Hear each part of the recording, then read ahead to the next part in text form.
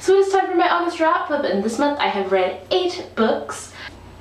The first book I read this month is The Reluctant Assassin by Owen Colfer. This is the first book in his Warp series.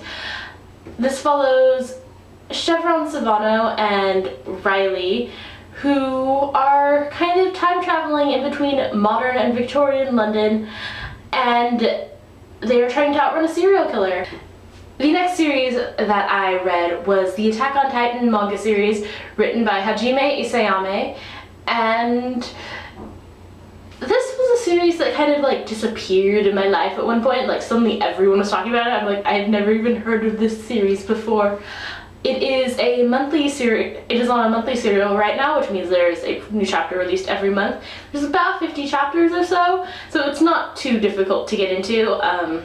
This series, I really enjoyed the series. It is dark and gross and morally questionable. I think it's going one way, and then it just kind of like spirals into this world of darkness, and nothing is as it seems, and everything is literally going to hell in a handbasket. So good. There's about 13 volumes released right now. The third work I have completed this month is another manga series, and that is Black Butler by Yana Taboso. This is tied for my favorite work of the year so far.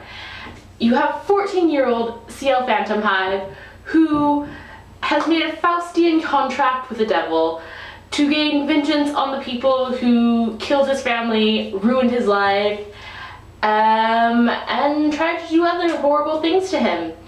And the thing I like about the series is that it's so dark, and yet it's so funny. Like Attack on Titan, there's almost no room for levity. Like all the levity the characters have is forced, and in that kind of environment it has to be forced because literally every day you're surviving. This, like, you're dealing with the Victorian underworld, so you're also dealing with people who aren't part of the Victorian underworld, and you can't bring that darkness to the surface. It's like the entire point of the series, not bringing the darkness to the surface. And the thing I like is that the characters, it's the characters that drive this series. They all have the potential to be such vicious people. At the same time, they're all so hilarious. And having bought a bunch of physical books to read and not having a bookshelf to store them on, I felt like I should really focus on reading some of the physical books. So the first book I picked up was The Raven Boys by Maggie Seawater, and I picked this one up first because it was the book on the top of the pile. Literally the only reason. I didn't feel like digging out for any other books. And you know what, I'm glad I did, because this book pulled me right out of the sort of funk I'd been in. I know a lot of people that I watch say this was a really good book, but really hard to get into. I had absolutely no problems getting into this book. In fact, I had problems getting out of this book because I'm like, I want to know what happens next. No, why is it ended? No, I scuffed it. And this is the book that is tied with Black Butler right now for being the best book that I have read this year. Then I picked up a book that I was really, really excited to read and was actually kind of disappointed in. Not disappointed enough that I would not recommend this book, but not as, it was, I guess, overhyped for what I would have liked in a book, and that is Rebel Belle by Rachel Hawkins. This was a good book. It was, in the beginning, it was so compelling and action-packed. I got through the first half of the book, no problem. Then you get to the second half. It's like everything almost gets explained, and you know stuff is going to happen at Cotillion, and but there's 3 weeks to Cotillion, and until you actually get to Cotillion from like the halfway point, it just goes so slow. Like, these are really short chapters, and I was just having a hard time getting through them. I'm like, read a chapter, do something else. Read a chapter, do something else. And then you get to the end, and as soon as I finished it, I wanted to start the next book in the series, if it is a series. I'm assuming it's going to be a series based on the way the book ended. But the second half of the book, for like from like the 60% mark to the 80% mark, it was just so slow and you were just waiting and waiting.